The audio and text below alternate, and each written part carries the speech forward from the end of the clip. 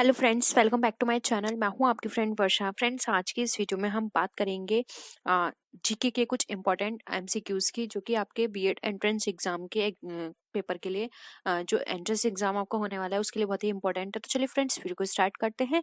Video को start करने से पहले प्लीज मेरे चैनल को सब्सक्राइब कर लीजिए, और अगर आपने चैनल को सब्सक्राइब कर लिया तो इस वीडियो को लाइक कीजिए और अपने फ्रेंड्स के साथ शेयर कीजिए। तो चलिए फ्रेंड्स, वीडियो को स्टार्ट करते हैं।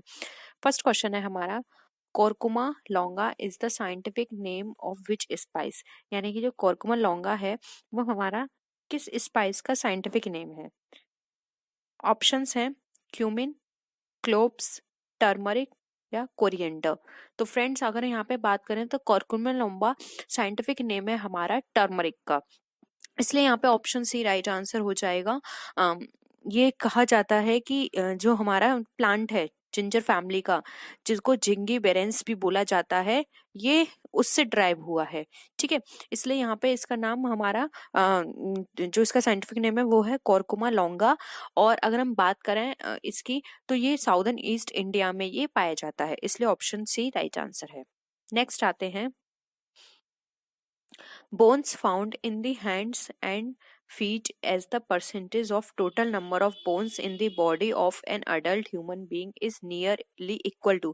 यानी कि जो हमारे हाथ की जो हड्डियां होती हैं और हमारे फीट की, उनका परसेंटेज टोटल बोन से हम कितना होता है एक अडल्ट ह्यूमन बीइंग की बात करें तो 20%, 30%, 40% या फिर 50%। तो फ्रेंड्स, अगर हम ह्यूमन बॉडी की एक नॉर्मल बात करें तो हम सबको पता है कि 206 हड्डियां होती हैं, और यहाँ पर बात की जा रही है हाथ और फीट की। तो फ्रेंड्स, मोर देन जो भी हमारे बोन्स हैं हमारी बॉडी का, उसका हाफ हमारी हाथ और फीट में पाई जाती हैं। तो अगर हम इसके परसेंटेज की बात करें, जैसे कि अगर हम बात करें 27 बोन्स हमारी ईच हैंड हो गई और 26 हमारी ईच फुट हो गई। तो 26 वन हैंड यानी कि टू हैंड की बात करें तो 26 मल्टीप्लाई बाय 2, और देखिए 26 एक हैंड में होती है, इसको मल्टीप्लाई करेंगे दोनों हैंड के लिए, और 27 हमारी कितनी होती है फीट पे होती है, तो 27 हम यहाँ करेंगे यहाँ पे मल्टीप्लाई। ठीक है, तो यहाँ पर अगर हम देखें ये हमारी फ्रेंड्स फीट की है, 26 सॉरी 26 हमारी फीट के लिए है, 27 हमारी हैंड के लिए है। ठीक है, 27 हैंड के लिए। तो अगर इसको हम मल्टीप्लाई करेंगे तो हमारी टोटल कितनी हो गई 106, और ये टोटल हमारी कितनी होती हैं 206, तो लगभग 50% ही हो गया हमारा। तो हम ये बोल सकते हैं मोर देन 50% हमारी टोटल बोन का होता है। तो यहाँ पे ऑप्शन 4 राइट आंसर है, क्योंकि 106 है जबकि टोटल 206 होती हैं। हैंड और फीट की बात करें तो 106 हड्डियां पाई जाती हैं। तो ऑप्शन 4 राइट आंसर है। नेक्स्ट आते हैं, Europeans are believe to have brought potatoes to India in the 18th century. Which region of the world is believed to be the origin of potato cultivation? यानी कि Europeans जो हैं ये विश्वास किया जाता है कि वो पोटैटोज लेकर आए थे इंडिया में 18 सेंचुरी में। हमें बताना है ऐसा कौन सा रीजन है वर्ल्ड का जो कि बिलीव करता है कि जो पोटैटो का कल्टीवेशन का ओरिजिन कहाँ है। ईस्टर्न घाना, साउदर्न पेरू, पुर्तगाल या फिर वेस्ट इंडीज।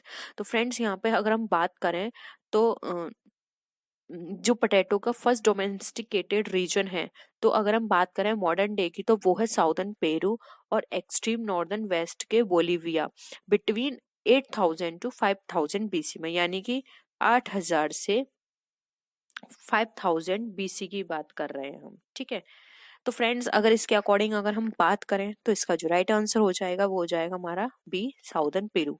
साउदर्न पेरू में 8000 से लेके 5000 साल पहले वहां पे इन सब की चर्चा होती थी कि जो हमारा जो पोटैटो है कल्टीवेशन ये यहाँ से स्टार्ट माना जाता है, इसलिए ऑप्शन 2 जो है वो हमारा राइट आंसर होगा। नेक्स्ट आते हैं, ओमिक Oymyakon is generally considered the coldest inhabited area on earth. Which country Oymycon is located in? Oymycon is located in, I think इसको इसी तरह से प्रोनाउंस करेंगे फ्रेंड्स, और अगर प्रोनाउंसिएशन में प्रॉब्लम हो रही है, गलती हो रही है मुझसे, तो I am really sorry. Options हैं ये कहाँ पे लोकेटेड है इसकी बात की जा रही है कंट्री में, तो मंगोलिया में है, रशिया में है, ग्रीनलैंड में है या फिर आइलैंड में है। तो फ्रेंड्स, अगर हम यहाँ पे बात करें तो इसका जो लोकेटेड है वो है हमारे रशिया।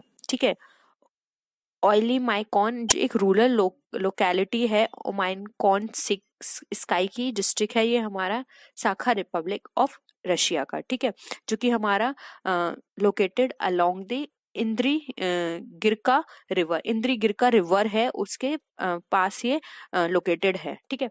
तो अगर यहाँ पे कंट्री की बात की जा रही है तो कंट्री तो हमारा रशिया ही कहलाएगा, इसलिए ऑप्शन 2 यहाँ पे हमारा राइट आंसर है। नेक्स्ट आते हैं, Which gland in the human body is also known as the third eye? कौन सी ग्लैंड है जो हमारी थर्ड आई कहलाती है? पाइनिल, पिट्यूटरी, मेमोरी या फिर टीयर ग्लैंड? तो फ्रेंड्स यहाँ पर अगर हम बात करें तो इसका जो राइट आंसर होगा वो होगा हमारी पिनाइल, ठीक है। ये हमारी पिनाइल जो हमारी प्रिंकिपल, आई थिंक प्रिंकिपल ही उसको साउंड किया जाता है, प्रिंकिपल सीट ऑफ सोल भी कहा जाता है इसको। और अगर हम ये बात करें तो ये हमारी थर्ड आई की तरह भी काम करती है बॉडी के अंदर, इसलिए इसको पिनियल ग्लैंड भी कहा जाता है और ये हमारी थर्ड आई के नाम से जानी जाती है। तो ऑप्शन ए यहाँ पे हमारा राइट आंसर है। फ्रेंड्स ये कुछ साइंस के टर्म्स हैं और मैंने साइंस इतना नहीं है क्योंकि मैं कॉमर्स स्टूडेंट हूँ, तो हो सकता है कि प्रोनाउंसिएशन में मुझसे गलती हो रही हो। Leukemia is the group of cancers that usually begins in the bone marrow and results in high numbers of which abnormal cells। तो यहाँ पे हम बात करें, ये ल्यूकेमिया जो एक डिजीज है वो हमारी जो कैंसर जो होता है, ठीक है, कैंसर का एक ग्रुप है और ये यूजली हमारी बोन मैरो से स्टार्ट होती है और इसका रिजल्ट होता है high numbers of which abnormal cells, यानी कि किस सेल्स के घटने से? White blood cells, red blood cells, platelets या फिर ऑल ऑफ दीज। तो फ्रेंड्स अगर हम यहाँ पे बात करें तो व्हाइट ब्लड सेल्स की वजह से ये हमारी इस तरह की डिजीज होती है। तो यहाँ पे ऑप्शन ए हमारा राइट आंसर है। नेक्स्ट आते हैं, अब फ्रेंड्स यहाँ पे बात कर रहे हैं, during an earthquake two places A and B record its intensity on Richter scale as 4.0 and 6.0 respectively. In absolute terms, the ratio of intensity of the earthquake at 4 to that of B is. अब हमें बताना है earthquake के time पे हमारे दो place है ए and B जहाँ पे इंटेंसिटी रिचर स्केल पे नापी गई है, एक जगह 4.0 एक जगह 6.0। अब एक्सल्यूट टर्म्स की बात करें तो इंटेंसिटी का जो रेशियो है अर्थक्वेक के लिए ए और बी पे कितना होगा? 2:3, 7:8, 141:173 या फिर 1:100। तो फ्रेंड्स यहाँ पर अगर हम बात करें रिचर स्केल की तो इसका जो लोगार्थमिक स्केल होता है वो 10 तक होता है, जो कि डिफाइन करता है कि हमारा जो एक तरह से मैग्नीट्यूड ये हमें बताता है। तो फ्रेंड्स अगर हम यहाँ पे इसको इन टर्म्स में बात करें, रेशियो के टर्म्स में, तो यहाँ पर जो इसका राइट आंसर होगा वो होगा ऑप्शन नंबर 4, 1:100, ठीक है। इस स्केल पे इसको इन टर्म्स ऑफ रेशियो में हम रिप्रेजेंट कर सकते हैं। नेक्स्ट आता है, on a cold day in January, the temperature at a place fell below the freezing point and was recorded as -40 degrees centigrade on Fahrenheit scale. The same temperature would be, यानी कि ये बताया गया कि जनवरी में एक कोल्ड डे है, उस पर टेम्परेचर बिलो हो गया, मतलब गिर गया, टेम्परेचर फ्रीजिंग पॉइंट पर आ गया, जो कि वहां पर रिकॉर्ड किया गया -40 डिग्री सेंटीग्रेड। अब फारेनहाइट जो फारेनहाइट स्केल होता है वहां पर इसका टेम्परेचर कितना होगा? 32 डिग्री फॉरेनहाइट, -8 डिग्री फॉरेनहाइट या फिर -40 डिग्री फॉरेनहाइट, यानी -72 डिग्री फॉरेनहाइट। तो फ्रेंड्स अगर हम एक टेम्परेचर की बात करें तो यहाँ पर अगर हम देखेंगे कि अगर यहाँ पे -40 डिग्री सेंटीग्रेड नापा गया है, तो अगर फॉरेनहाइट में बात करें तो इसका राइट आंसर होगा -40 डिग्री फॉरेनहाइट, ठीक है। तो यहाँ पे ऑप्शन सी जो है वो हमारा यहाँ पे राइट आंसर होगा। नेक्स्ट आते हैं, universal gas constant R is a property of, यानी यूनिवर्सल गैस कांस्टेंट जो है उसमें आर की प्रॉपर्टी क्या होगी? Ideal gases, halogen gases, inert gases या फिर ऑल गैसेस। तो फ्रेंड्स यहाँ पे इसका राइट आंसर होगा option number A, ideal gases. अब आइडियल गैस किस तरह से? तो फ्रेंड्स आर हमारा गैस कांस्टेंट है जिसमें आइडियल गैस इक्वेशन होती है हमारी PV = NRT, ठीक है, जहाँ पे पी हमारा एब्सोल्यूट प्रेशर की तरह बताता है जिसकी एसआई यूनिट पास्कल में होती है, बी हमें वॉल्यूम बताता है गैस की जिसकी एसआई यूनिट कितनी होती है, क्यूबिक होती है। तो इस तरह से फ्रेंड्स अगर हम इसकी बात करेंगे तो ये हमारी आइडियल गैस हो जाएगी, तो ऑप्शन ए राइट आंसर है। फ्रेंड्स अगर हम देखें तो आज का ये जीके क्वेश्चन है मोस्टली हमारा साइंस के क्वेश्चन से रिलेटेड है, मोस्टली क्वेश्चंस इसमें साइंस के हैं, तो साइंस के स्टूडेंट्स के लिए क्वेश्चंस करना बहुत ही आसान होगा। ठीक है, in which place was the first science congress held in January 1914, यानी कि ऐसा कौन सा प्लेस है जहाँ पे फर्स्ट साइंस कांग्रेस हुई थी जनवरी 1914 में? कोलकाता में, इलाहाबाद में, चेन्नई या फिर पुणे में? तो फ्रेंड्स अगर हम यहाँ पर बात करें तो ये हमारी हुई थी, अगर इसके आंसर की बात करें तो कोलकाता में। ठीक है, तो ऑप्शन ए यहाँ पे हमारा राइट आंसर है। Which famous leader once said we would not have made economic progress if we had not intervened on very person matters, how you live, the noise you make, how you spit। यानी कि friends एक famous leader है जिसने ये कहा था कि we would not have made economic progress, हम इकोनॉमिक प्रोग्रेस नहीं कर सकते if we had not intervened on very personal matters, बहुत ज़्यादा पर्सनल मैटर्स में, how you live, the noise you make, how you spit, इस तरह का उन्होंने स्टेटमेंट दिया था। तो वो कौन थे? एडोल्फ हिटलर जर्मनी, हो चेंग Minh Vietnam, Mussolini Italy, Lee Kuan Yew Singapore. तो फ्रेंड्स इसका जो राइट आंसर है वो है ऑप्शन नंबर 4 जो कि है ली क्वान यू सिंगापुर। ठीक है, नेक्स्ट आते हैं friends, who bought the printing press for the first time to India in the mid 16th century, यानी कि इंडिया में प्रिंटिंग प्रेस फर्स्ट टाइम कौन लेकर आया था? Dutch cloth merchant, British traders, Portugal missionaries या फिर अरब मैन्युस्क्रिप्ट राइटर्स? तो फ्रेंड्स का जो राइट आंसर होगा वो होगा ऑप्शन नंबर 3 जो कि है डच क्लॉथ मर्चेंट्स। नेक्स्ट आते हैं friends, measures in India to impose censorship on printed material were initiated in 1798 by the East India Company. It was directed against Bengali social reforms, Englishmen in India, Bengali writers या फिर Indian princely states? तो friends का जो right answer होगा वो होगा option number 2 जो कि हमारा इंग्लिशमैन इन इंडिया। ठीक है, नेक्स्ट आते हैं,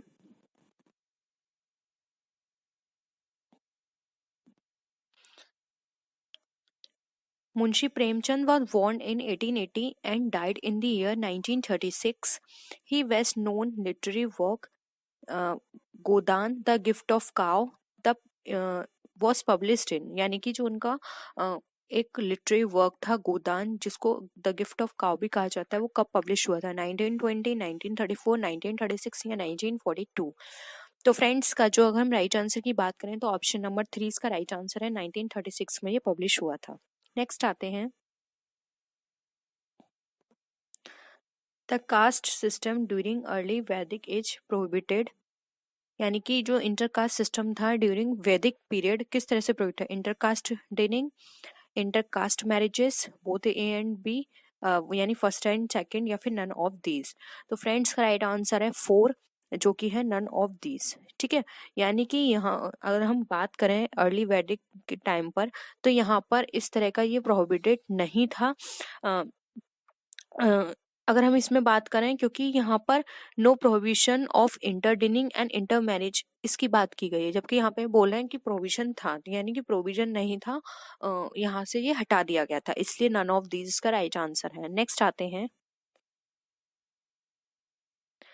in which year Thums Up one of India's great brand which was sold to Coca Cola a few years ago was launched, यानी कब लॉन्च हुई थी? 1947, 1958, 1979 या फिर 1991? तो फ्रेंड्स अगर हम यहाँ पर बात करें तो ये इंट्रोड्यूस हुई थी 1977 में। ठीक है, ऑफसेट, और 1993 में कोको कोला ने री एंटर किया था इंडिया में। ठीक है, तो फ्रेंड्स अगर हम इन दोनों स्टेटमेंट की बात करें 1977 में क्या हुई थी, ये इंट्रोड्यूस हुई थी, और 1993 में इसको ये क्या हुआ था, मार्केट में री एंटर हुई थी। तो फ्रेंड्स अगर इन सभी के बारे में बात करें तो यहाँ पर जो हमारा अगर ये यहाँ पे लॉन्च की बात करें तो यहाँ पे जो लॉन्च हुई थी कोको कोला को तो 1993 हो गया इसका आंसर। तो अगर ऑप्शंस के अकॉर्डिंग देखेंगे तो गिवन नहीं है, तो फ्रेंड्स यहाँ पर ये क्वेश्चन जो है ऑप्शंस गलत है यहाँ पे। तो राइट आंसर होगा 1993। ठीक है, तो इस तरह के क्वेश्चंस में आपको डरने की जरूरत नहीं है, क्योंकि अगर क्वेश्चंस वहीं से आपको गलत मिलते हैं या फिर ऑप्शंस गलत मिलते हैं तो वहां पे सबको मार्क मिलता है। ठीक है, तो मैंने लेकिन यहाँ पे डिस्कस करना था इसलिए आपको बता दिया 1993 होगा इसका। ठीक है, नेक्स्ट आते हैं, which among the below mentioned upper Paleolithic places in India is wrongly matched with the state it is located। ठीक है, अब ये मैच है, हमें बताना है कि कौन सा रॉन्ग है। जैसे भीमबेटका मध्य प्रदेश, बेटामचेला आंध्र प्रदेश, इनाम गांव महाराष्ट्र, या फिर सिंह भूमि हिमाचल प्रदेश। तो फ्रेंड्स अगर हम यहाँ पर बात करें इसकी राइट आंसर की, तो इसका राइट आंसर होगा 4। ये हमारा रॉन्ग यहाँ पे मैच है, सिंह भूमि हिमाचल प्रदेश। तो अगर मैं फ्रेंड्स यहाँ पर हम बात करें सिंह भूमि, तो ये फ्रेंड्स झारखंड में है। ठीक है, राइट आंसर लिख लीजिए जी, झारखंड में है, ना कि ये हिमाचल में है।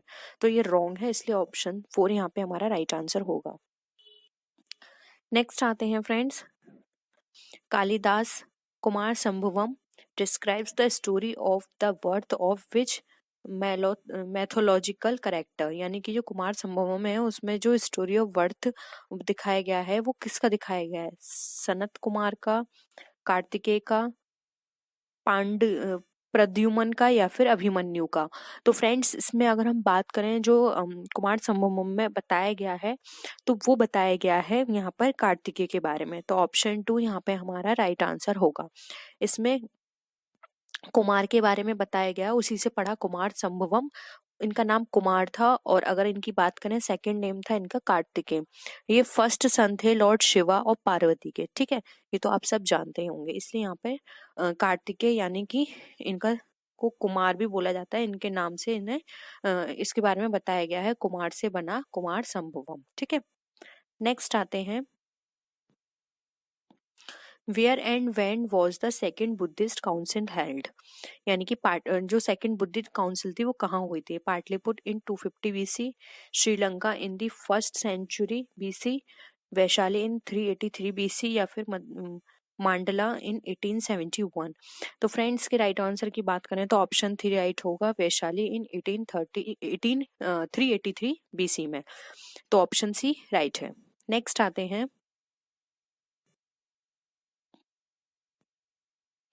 in which among the following cases the Supreme Court of India propounded the theory of basic structure of the Constitution? ठीक है, Gopalan versus state of Madras, Golaknath, Kesavananda Bharati, या फिर मिनेर्वा मिल्स। तो फ्रेंड्स यहाँ पर अगर बात करें इसकी, तो इसका जो राइट आंसर होगा वो होगा ऑप्शन नंबर 3, केशवानंद भारती। ठीक है, नेक्स्ट आते हैं,